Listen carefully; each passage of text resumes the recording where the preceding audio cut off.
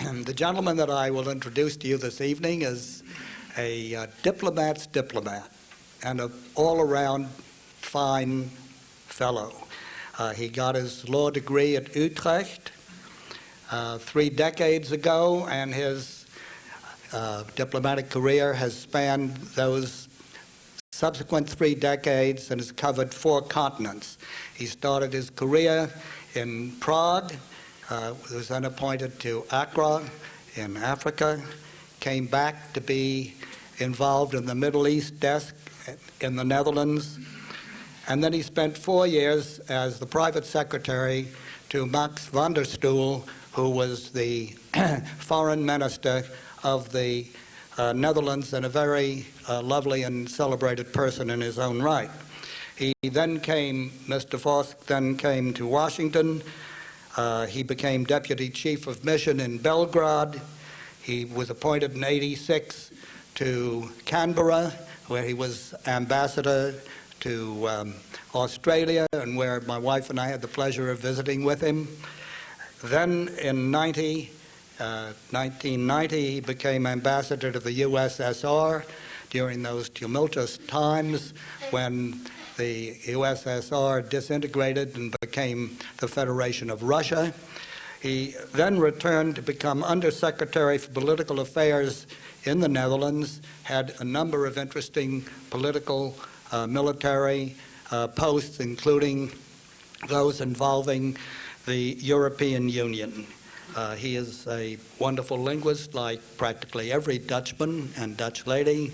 He speaks not only English, as you will find perfectly. I wish my Dutch were as good, but Russian, French, and German as well. He's an urban, approachable, highly professional man, a man whose friendship and his wife's friendship we were fortunate to enjoy from the time when we were posted in the Netherlands back in the mid-'70s. He enjoys the fine arts, classical music. He enjoys literature, skiing, and golf. Now, they say that the test of a diplomat is a person who lets you have his own way. And I would like to say that that was true of Ambassador Voss, but unfortunately, there are occasions when on the golf course, I find that he can be very, very Dutch indeed. It's with great pleasure that I introduce to you Ambassador Joris Voss.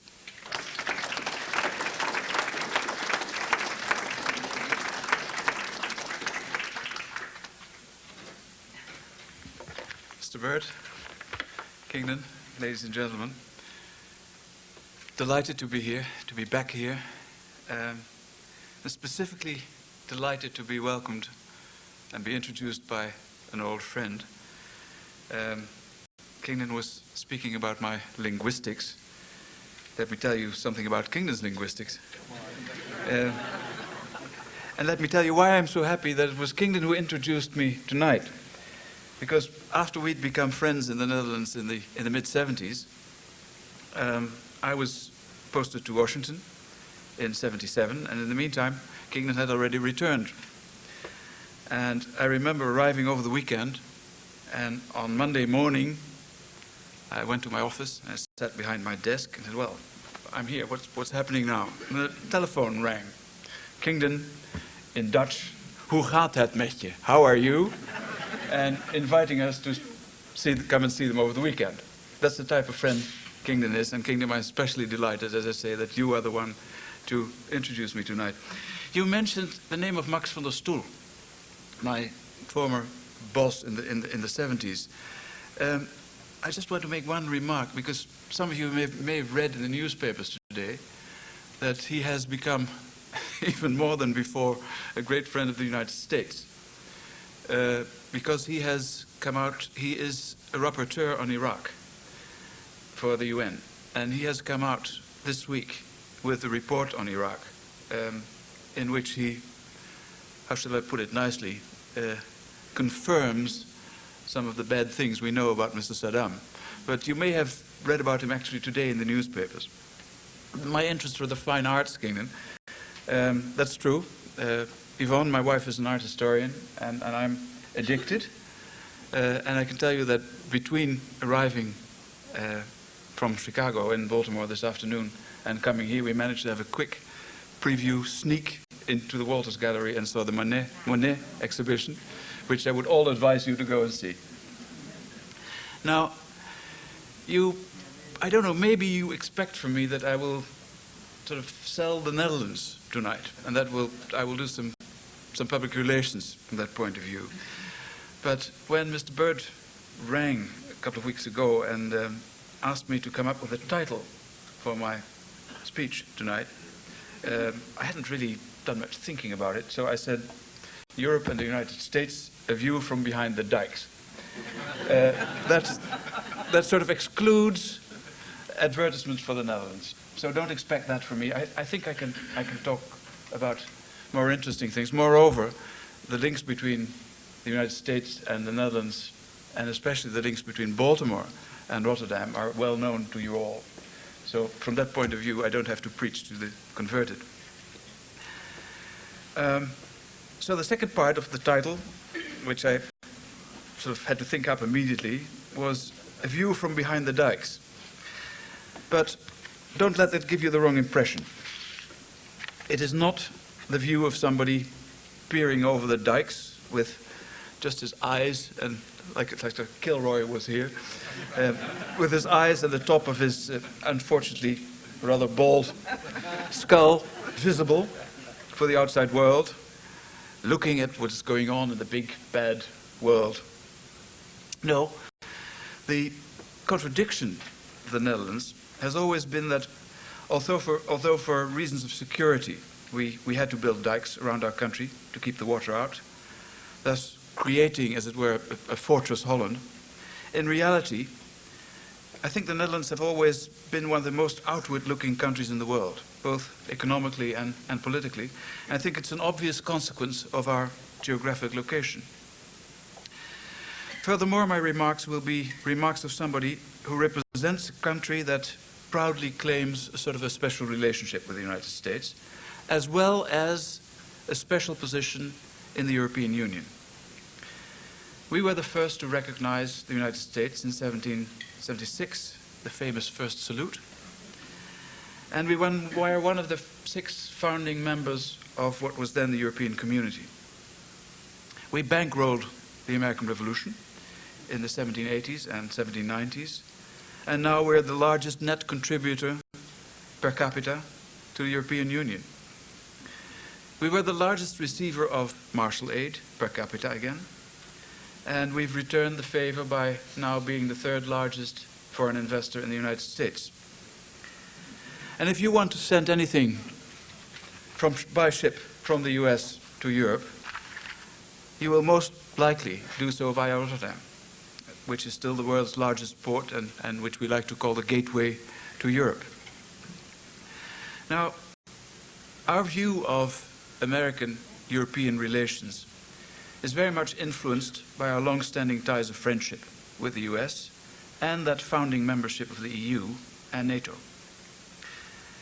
NATO, and in fact the United States, provided us with a security environment which allowed the European Union to develop into the biggest single market in the world.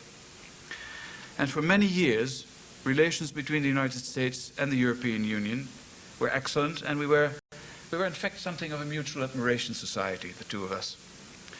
The Europeans were impressed by the American post-war way of life and appreciative of the peace that was guaranteed by NATO, and the US was an ardent supporter of further European integration.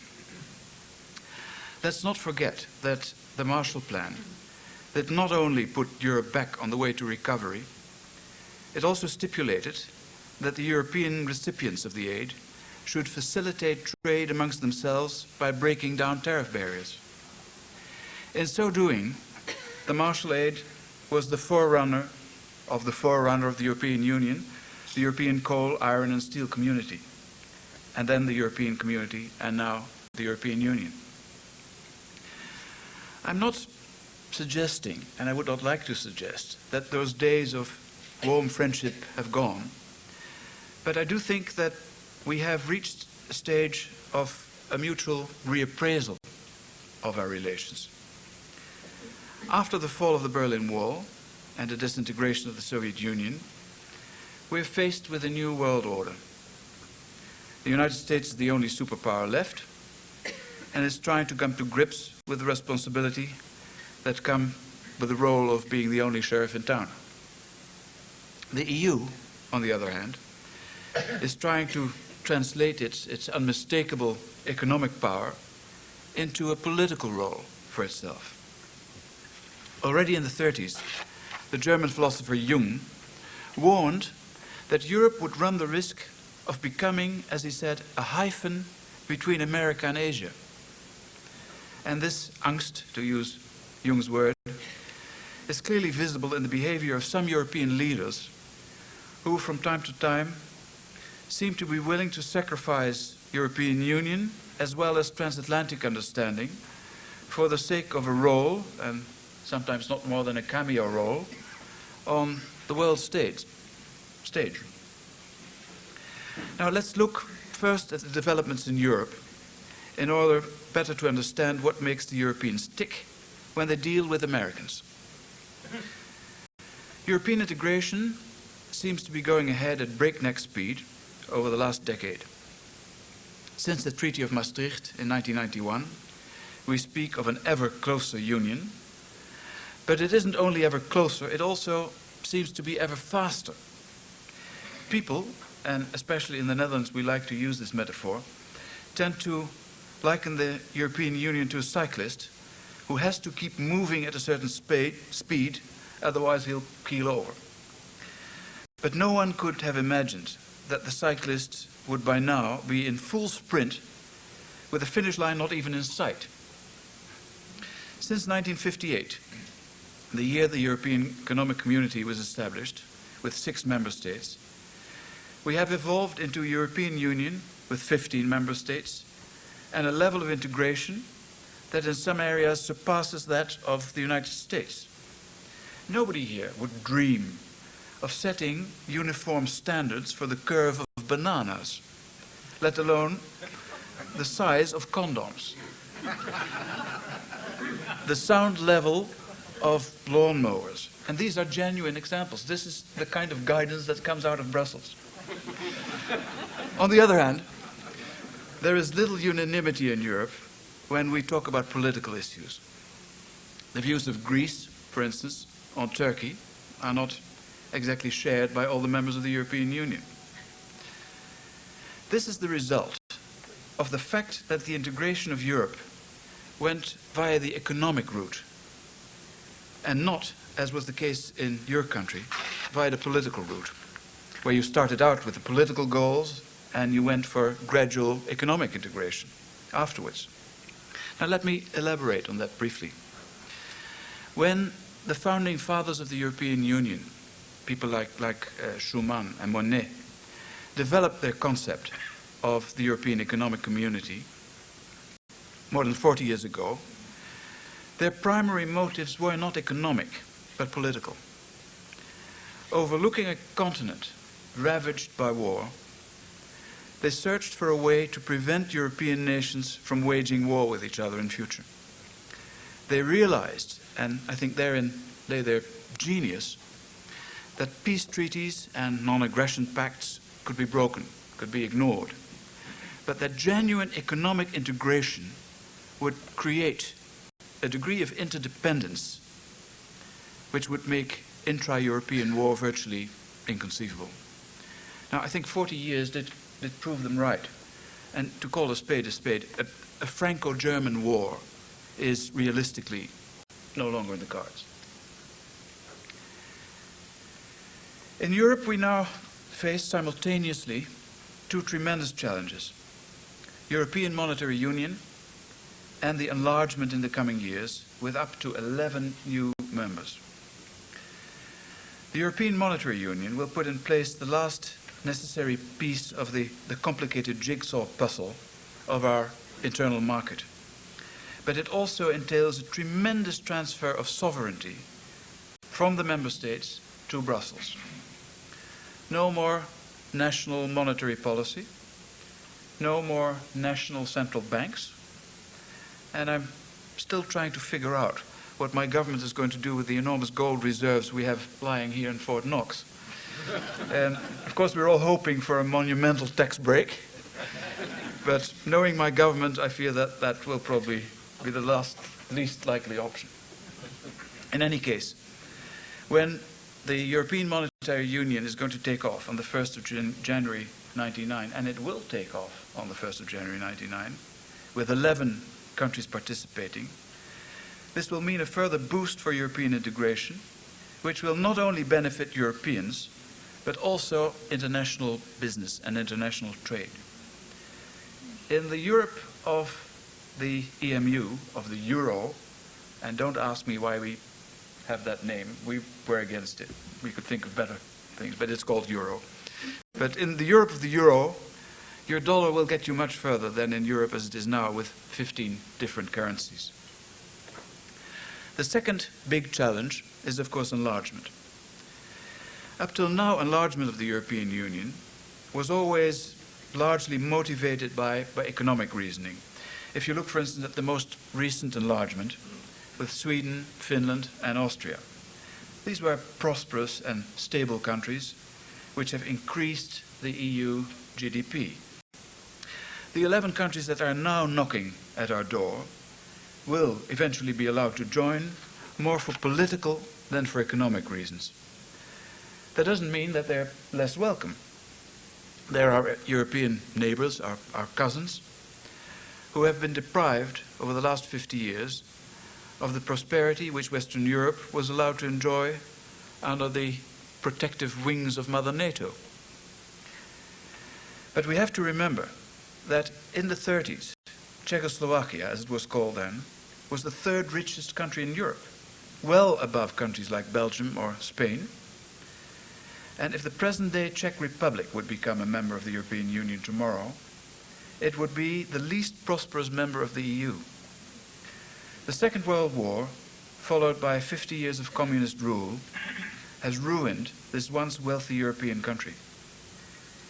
But EU membership will give the Czech Republic unrestricted access to 360 million consumers in Europe, financial support to rebuild its economy, but most important, a European passport, a return into the fold of Europe, of European democracies. And the first and foremost motive, therefore, for starting enlargement negotiations with the Czechs and simultaneously with the Hungarians, the Poles, the Slovenes, the Estonians and the Cypriots is a political one, to safeguard, to strengthen their democracy. And it's not an economic motive in the sense that the economy of the EU as a whole would immediately benefit of that enlargement. Now, how does this enlarged and enlarging Europe relate to the United States? As I said, since 1989, I think we're looking at each other maybe in a slightly different way. The breakup of the Soviet Union has changed the global picture. Russia is no longer the immediate threat it once was. Eastern Europe is finding its way towards democracy, and unfortunately, in some parts of Europe, old scores are being settled, and ethnic animosities have resurfaced. Europe has become much more complex in the past years, and European and American views on certain developments and issues have not always been identical. On world economic issues, we have, from time to time, a decidedly uneasy relationship. On the one hand, the EU and the US realize that as two of the main trading partners in the world, we have a duty as well as a very common interest to strive for a fair and an open world economy. If the US and the European Union are reunited, we can develop the WTO, the World Trade Organization, into an organization that can really open up the economies of the world and make sure that protectionism disappears, and at the same time assure that the environment and decent universal labor standards are safeguarded. On the other hand, we seem to be running into small-scale trade conflicts constantly between the US and the European Union. Hormones in beef, protection of data, steel quota. They're all small but persistent irritants that can sour a treasured relationship. Fortunately, we have now since 3 years agreed on a common transatlantic agenda, and the United States and the European Union officials meet regularly through the year to discuss a variety of topics, not only in the field of trade, but also in fields as diverse as combating international crime, international political issues, exchanges of students and scholars.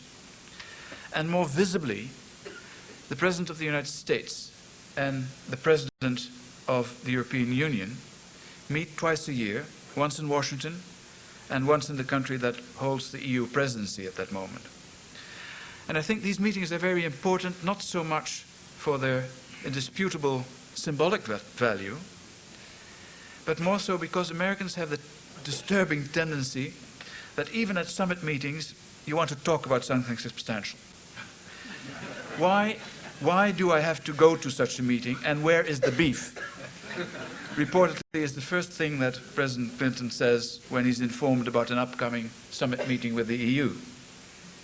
And I think that's a good incentive to make progress in our relations. It makes sure that every 6 months we solve some problems and we start some new initiatives. One very basic problem, however, remains, and it's more than a minor irritant, and I think I should mention it here. It is the concept of what is called extraterritoriality, which seems to have developed into an integral part of American foreign and trade policy. And it means that American laws and regulations can also have a direct effect on third countries. Now, let me state quite bluntly that we in Europe do not now and will not in the future accept that idea. And I can give you, if you want later, examples of it. But a Pax Americana should not translate into Lex Americana. We do have from time to time different views on certain policy matters, such as, for instance, Iran. Now, the United States has chosen to isolate Iran, while we in Europe have chosen for a policy of what we call critical dialogue. Now, I readily admit that I have my doubts whether any of those two policies has had any direct beneficial effect on the situation in that unfortunate country. But I also think that Europeans are entitled to their own views and cannot be punished for choosing their own different approach. And I would like to think that in this country, where non-interference is so ardently advocated, it should be understood that companies, which in the best of times tend to hate government regulations, simply refuse to be censured by a government that is not even their own. There's something else we have to keep in mind. Although it might look different from the outside, there is a cultural difference between the United States and Europe. The fact that half of Europe is just as eagerly watching Oprah Winfrey as you do here does not mean that our taste is totally identical in every respect. And also on certain moral issues, our views may differ. I think in those cases it is important not to pass judgment too quickly. And I'm thinking here of a whole range of issues, from hormones in beef, as I mentioned, the availability of handguns without too many restrictions, abortion, euthanasia. These are all issues where opinions may differ between the US and the Europeans. But they are issues where I think, between friends, we should be able to discuss them and try to understand why certain decisions on this side of the Atlantic or on the other side of the Atlantic are made without necessarily imposing our own set of values. The most visible element of the close relations between Europe and the United States is still NATO. There is no other organization in the world which has as one of its stated core functions the maintenance of the transatlantic links. The commitment the United States has made over the last 50 years to NATO, and the fact that there are still over 100,000 American soldiers on European soil, is truly unique, and we appreciate it as such. However, if we want to maintain this relationship, I think we have to rethink the mandate and the outlook of NATO in light of the changes in the world over the last 10 years. Firstly, many of the same countries which have applied for membership of the European Union have done so for membership of NATO as well. And I'm strongly convinced that we should say yes to their applications, provided the applicants meet the criteria. The reasons are many, but let me give you just a few. And the simplest and most compelling argument I've heard for NATO enlargement came from Madeleine Albright. She argued that there's never been an armed conflict amongst NATO members. So by expanding NATO membership, we would expand the no-conflict zone in Europe. And I can assure you that for a European, hailing from a continent that has seen two devastating large conflicts in this century, not to mention the many smaller ones, of which one is still going on, and one may well erupt in the very near future, and then I'm thinking of Kosovo. This is a very strong argument for NATO enlargement. Secondly, there is the notion that security and economic prosperity are closely linked. And I'm well aware of the fact that my country could not have attained the strong economic growth we did if we had not been living in peace over the past decades. Peace has been, and it is being, guaranteed by NATO. And if we want to give the countries of Eastern Europe a possibility of a smooth transition from a communist totalitarian regime to a democracy and a market economy, we have to guarantee their safety. Thirdly, what right do we have today to deny a country which meets our criteria to join an alliance which it considers to be its best guarantor for its security? Now, allow me to draw this last argument into a specific Dutch context. Near the town of Breda, in the south of the Netherlands, there's a war cemetery, and there are 300 Polish soldiers buried. They belonged to the Free Polish Army, and they were part of the Second British Army that, together with American and other Allied troops, liberated my country. While the Netherlands, after 1945, went on to become a free and a prosperous country, Poland went from German occupation to Soviet domination. Now, finally, the Poles are free to make their own choice. And they have chosen to belong to us, to Europe, to NATO, to an organization that for them stands for Western principles of freedom, democracy, and solidarity. And I don't think anybody in the Netherlands should say no to the sons and daughters of the Polish soldiers who gave their lives for our freedom, thereby jeopardizing their newly found freedom. We must also look at the role NATO should play in the future. Now, everybody knows that the main task of NATO for the last 50 years has been the defense of NATO territory against a possible Russian or Warsaw Pact attack. The imminent threat of such a Russian attack is no longer there. Although we can never exclude that the Russians might, at a certain point in the future, become a threat again, nothing in the present warrants such suspicions. Russia, although faced with immense difficulties, is moving inch by inch in the direction of a democratic society and a market economy, which hopefully one day will be a partner for and match the economies of the United States and Europe. However, the disintegration of the Soviet Empire has unleashed a host of new problems for the democracies of the West, and Bosnia, of course, is the most tangible one. And for me, it is an example of the challenges NATO will face in the future and the type of operations and actions NATO will be involved in.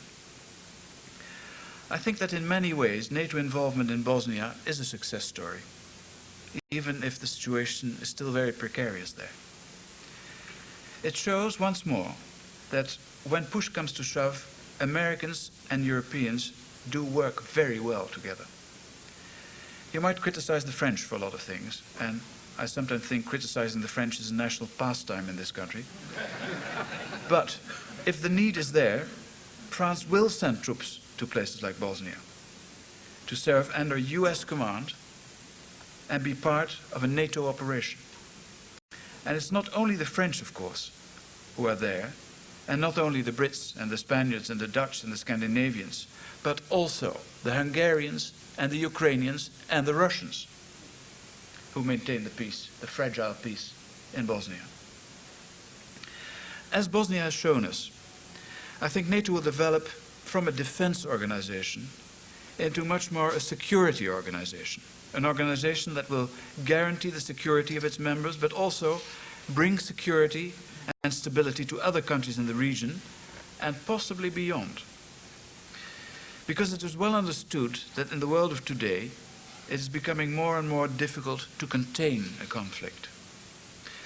Such a new NATO structure, more based on and more aiming at security, would also provide the opportunity to involve non-member countries in NATO-led actions. Again, the example of Bosnia. I think, and I've experienced in my former job, that working on the ground with Russian troops does a lot more for mutual understanding, for confidence building, for partnership between NATO and Russia than any meeting in the NATO headquarters in Brussels or any charter such as the one we have concluded with difficulty in Paris. Maybe I should conclude by trying to answer the question whether relations between the United States and Europe could be improved. The answer, of course, is yes. But then, immediately the second question, how? Listening to the debate in the Senate on NATO enlargement, I heard a lot of criticism of Europe. European free riders. They don't pull their weight. Referring to France, with friends like that, who needs enemies? Or, even more explicit, the last trustworthy Frenchman with Lafayette. Now, this is quite funny. But if this is the way the Congress, which is elected by the American people, thinks about Europe, we have a problem. And we have a long way to go. Apparently, 50 years of close cooperation in NATO have been forgotten, as are sort of all the shared actions, not only in Bosnia, but I'm also thinking of the Gulf War, I'm thinking of Haiti, thinking of Africa. The fact that an American mediator brokered an agreement in Northern Ireland. St. Patrick's Day seems to be a national holiday in the country. Those facts seem to be lost somewhere.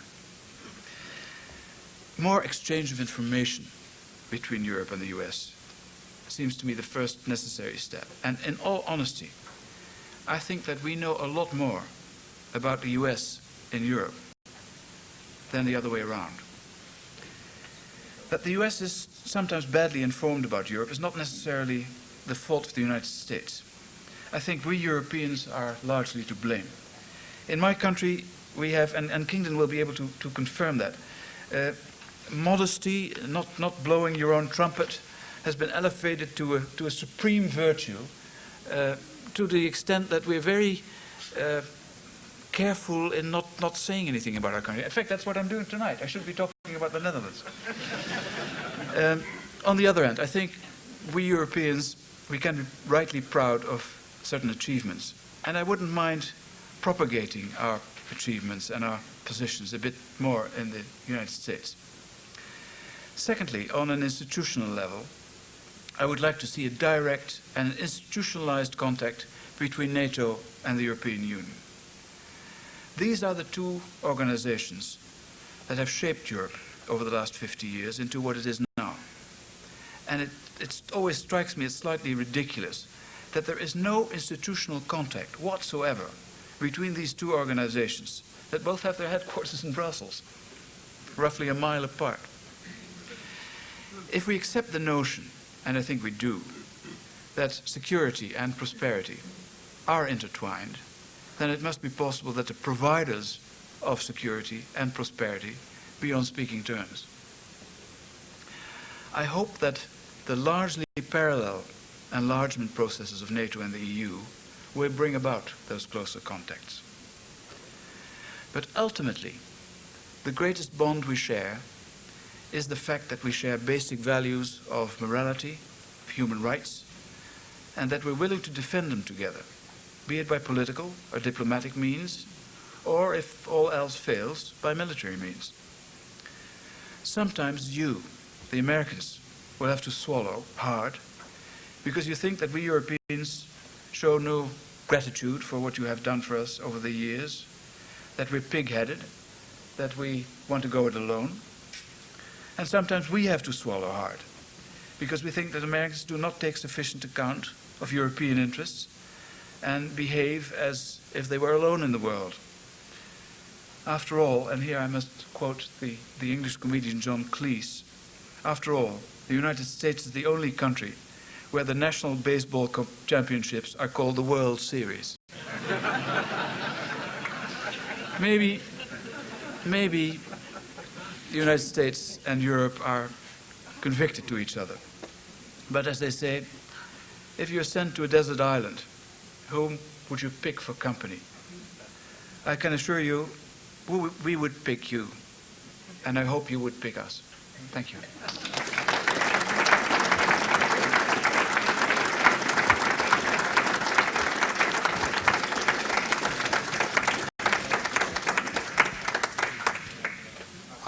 I won't attempt to exhaust my command of superlatives by making an adequate comment on the ambassador's presentation. Let me simply say it was very thoughtful and thought-provoking for us, and I think very entertaining as well. So we thank you very much.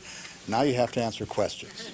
I thought the agreement was that you were going to answer the question. I had mentioned to the ambassador before we sat down that I have to repeat the questions for the camera, and he then told me that, of course, I could also answer them. But how dangerous is the situation in Cyprus, and what would you do about it? It's very dangerous, and we've not been successful in doing something about it.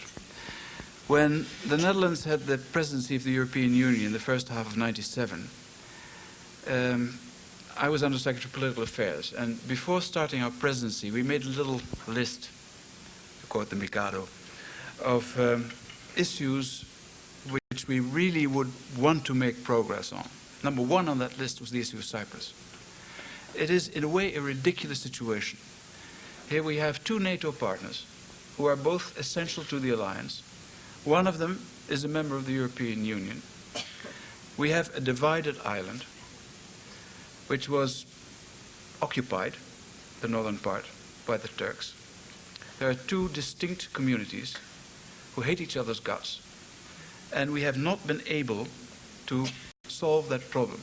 At the moment, you have pulled out your secret weapon, Dick Holbrooke of Dayton fame, and Dick Holbrooke is trying to do something about Cyprus.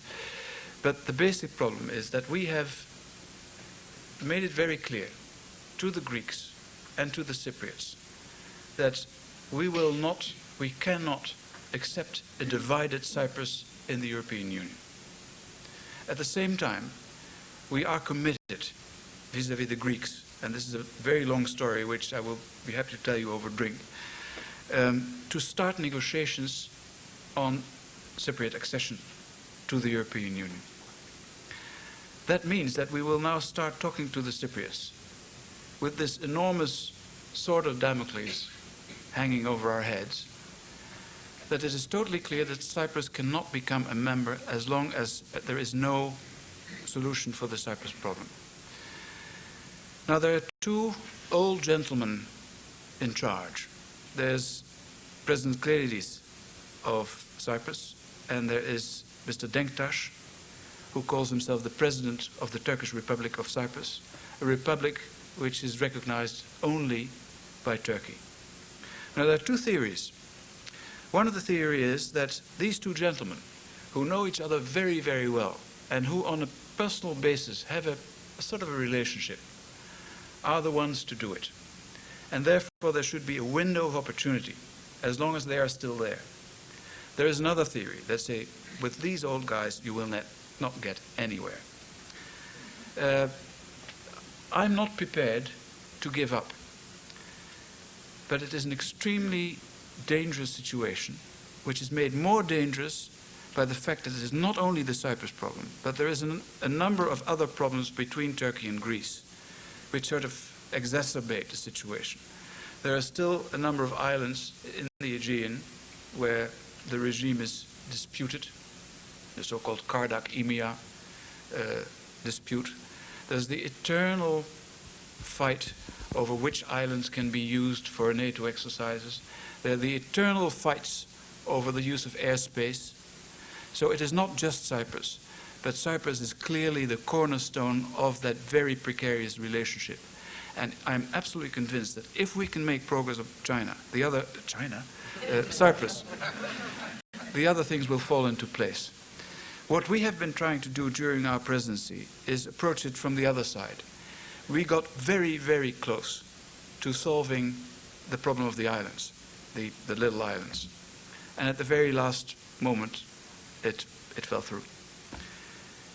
So a long story, it is a very dangerous problem, and I cannot exclude that in the weeks or months or years to come, it will one way or another explode. And my only hope is that if, would God forbid, if that happens, that we will all have the sense, and that NATO will have the sense, to act and try to re-establish security in that area. The Russians have not been enthusiastic about NATO expansion. Are there examples of lack of enthusiasm about the expansion of the European Union? In all the other countries, it is clearly a question of meeting a set of economic criteria. Of course, there is the first and foremost, there is the democratic criterion. But the 11 countries we are talking to now have been divided into 6 and 5. And the reason we're talking to these 6 is that they, more or less, are very close to meeting the strict economic criteria. And what that really means is that their fragile economies have to be in a position where they can face joining a European Union that has been shaping itself for 50 years and that has something, that has built up something which we call in French the acquis communautaire. How would you translate it? We use acquis communautaire because there's no decent English expression for it. It's basically the total of what the European Union has been able to build up. Now, if you take a country which is at an economic very, very, very low level, and you put it in the same basket with these strong countries, there's going to be an almighty clash, and it's clear where that clash is going to go. So the criteria are not political. They are, apart from, again, the fact that they have to be a democratic country, but for the rest, it is clearly a question of how far has the economy developed, and can it sort of, is it in a shape where it can merge with the economic union. What kind of a future do you see for the relationship between the United Nations and NATO? I've told you that I see NATO developing much more into a broader security organization than a defense organization. That also means, and I mentioned that, but I didn't go into detail, that I could imagine NATO doing certain things, as we call it in NATO jargon, out of area, out of the NATO territory, outside of the NATO territory. Now, my feeling is that such an operation outside of the NATO territory should have a UN mandate. And that doesn't mean that it should have a UN mandate like the UN mandate for Bosnia, which was hopeless. But there should be broad guidelines. It should, an operation by NATO outside of its own territory should be sanctioned by a general mandate of the UN, in my view. So there's a very strong link. If a regional alliance, such as NATO, can just take a decision we are going to intervene in Somalia. I don't think that's a good thing. And one of the great things of the United Nations is that every country is represented there. And it may be cumbersome and it may have its disadvantages, but it is the only UN we have and we should use it. What's the relationship between the Western European Union, a military arrangement, and NATO? And what do you think of the ban on wooden shoes? The Western European Union was created after the war as a sort of a safety net under NATO. That's the best way of explaining it. When NATO grew, became more efficient, etc., etc., WEU, Western European Union, more or less went to sleep. And at various stages, various princes have come and kissed WEU and see whether it would wake up. Now, not all my European colleagues would agree with this somewhat cynical metaphor, especially our French friends, who do basically not like the enormous, to me, self-evident role of the United States in NATO, have always been great fighters for the WEU. But the WEU is not NATO. The WEU does not have its own army. It does not have its own command structures. It is basically the nucleus of something which some people feel may one day grow into a European pillar within NATO. Some people feel that one day it might replace NATO for European countries. I am not one of those people. And there are some people who feel that WEU will go on doing what it's doing now, being woken up, going to sleep, being woken up, and going to sleep. At the moment, it is somewhere between having been woken up and falling asleep again. I don't think I want to be quoted on this answer. De klompen, the wooden shoes. Is it true that the Brussels regulations have forbidden Dutch and Belgian farmers to use klompen? The answer is yes. Is it still true? The answer is no, because, as you can understand, there were fierce protests, and the wooden shoes have now been certified as safe footwear within the European Union. Do members of the Union oppose the extension of the organization on the grounds of, for example, protectionism? There are individual countries, and especially there are groups and parties in individual member countries who raise these sorts of arguments. But the decision has been taken, and the decision has been taken by unanimity. So there are no countries that oppose enlargement for these reasons. But you're absolutely right, these arguments have been raised because the labor costs are lower in Eastern Europe. Are Dutch troops in Bosnia? And if so, what is the Dutch sentiment about using those troops for arresting war criminals? There are Dutch troops in Bosnia, and there have been from the beginning of the international involvement in Bosnia. Dutch commandos have actually gone in and nabbed 2 war criminals and delivered them to the court in The Hague. So we are all for that, and the more the better. Given your view of a possible new role for NATO, would it not make sense to get the Russian Federation into it fairly rapidly? I don't think NATO is ready for that, and I don't think the Russian Federation is ready for it. But never say never. In the short term, excluded. In the longer term, and I don't want to go further than I do not exclude it forever. And I would be delighted if over the longer term, relations between Russia and NATO members as well as NATO as an organization would develop in such a way that maybe in 10, 20, 30 years we can think about that. But at this stage, certainly not. What's your view about what appears to be a contradiction with respect to most favored nations, privileges exercised by the United States between China on one hand and Iraq on the other?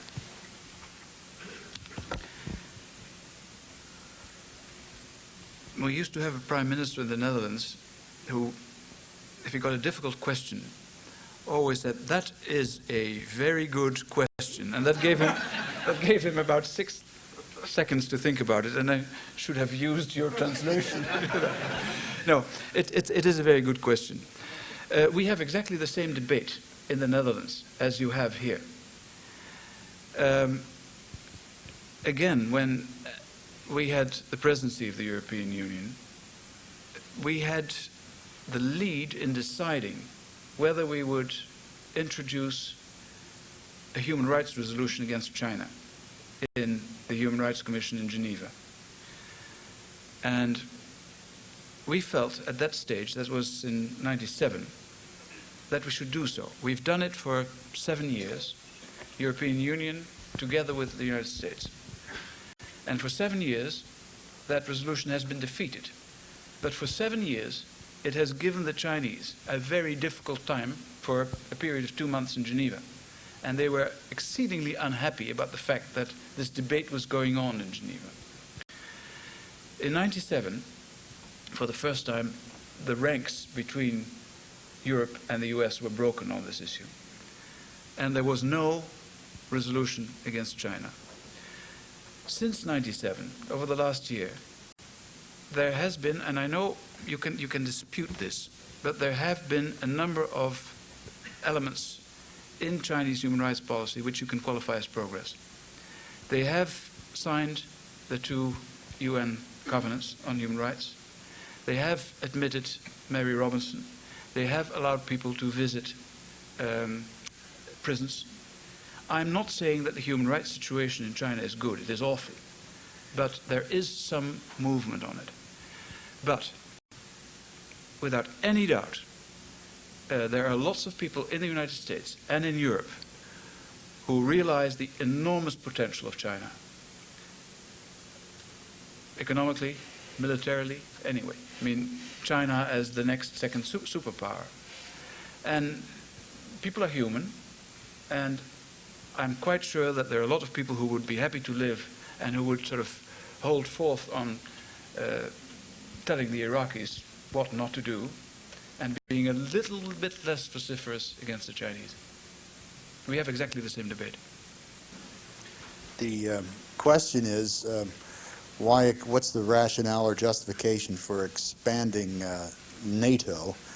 And the preface suggests that why shouldn't some Americans feel isolationist with the Cold War ended?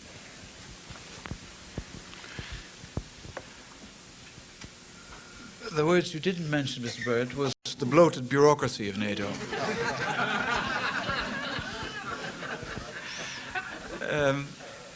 I've worked with NATO for the last 30 years off and on, and it isn't all that bloated. It's much less bloated than the European Union organization, by the way. So from that point of view, be grateful for small mercies. Seriously,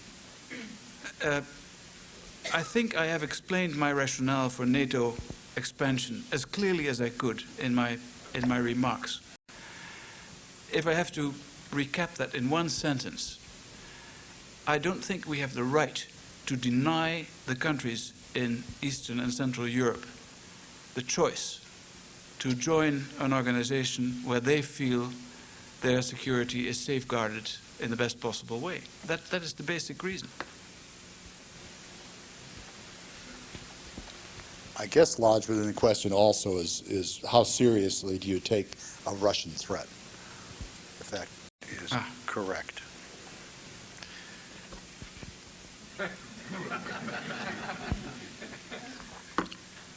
My wife and I have spent 3 years in Russia, and it was exactly the period when we presided over the disintegration of the empire. It was the end of the Soviet Union as we knew it. Our generation, my generation, has always been brought up with the idea that if the balloon goes up, it's the Russians are coming. And then suddenly, that ogre, that bogeyman disintegrates. It isn't there anymore. That doesn't mean that the risks are not there anymore. One thing that has become clear over the last couple of years when there was more openness about what really happened in the Soviet Union. I remember Kissinger saying once that we knew absolutely everything about the Soviet Union except what was happening in the Kremlin. And there was some truth in that. We have certainly overestimated the military power of the Soviet Union. The Soviet military presently is in a mess. One of the reasons being that it has never been, as in, for instance, some Latin American countries, a force of its own. The Red Army has always been a branch of the party. The party does not exist anymore, and that sort of cohesion is not there anymore. Secondly, simply geographically, it has disintegrated. I mean, we're talking about 14 newly developed. No, what's the word? Anyway, the ex-republics of the Soviet Union, who are no longer members of the club, and who have their own armies, but those armies don't belong anymore to the Russian army. The Russian army itself is in very, very bad shape, and you can read about that every day at the moment. They're underpaid or not paid. There is no proper central command anymore. There are all kinds of local generals who become very influential, but who don't really have the means to do something. I said in my remarks that I think the immediate threat is no longer there. But nobody, and really nobody, knows what's going to happen in Russia over the next 10, 15, 20 years. The good case, the best case scenario is that things basically go on as they are going on at the moment for a period of 15, 20 years. Very slow progress in the direction of more genuine democracy, more market economy. If the Soviet Union, if Russia would be granted that time, that period, I think there is no real risk. But if, worst case scenario, next week Mr. Yeltsin disappears from the scene, it's absolutely not clear who his successor would be. A couple of years ago, everybody was talking about Mr. Zhirinovsky. Mr. Zhirinovsky is out. But there are a couple of other people. There is the famous, or some would say infamous, General Lebed, the man who pacified Chechnya in his way. There is the Lord Mayor of Moscow, Rushkov. There are some other people, and there are some totally unknowns. And it's really impossible to say at this moment whether the Soviet Union, I've lived in the Soviet Union, I've been brought up with the Soviet Union, whether Russia could become and would become a threat again. But it would certainly, it would mean that there would have to be a leadership in Russia which would spend a number of years of reorganizing the Soviet power, might, army, military force. And at the moment I don't see that happening. Mr. Ambassador, we thank you for what I think was a very, very informative evening and one that was thoroughly enjoyable.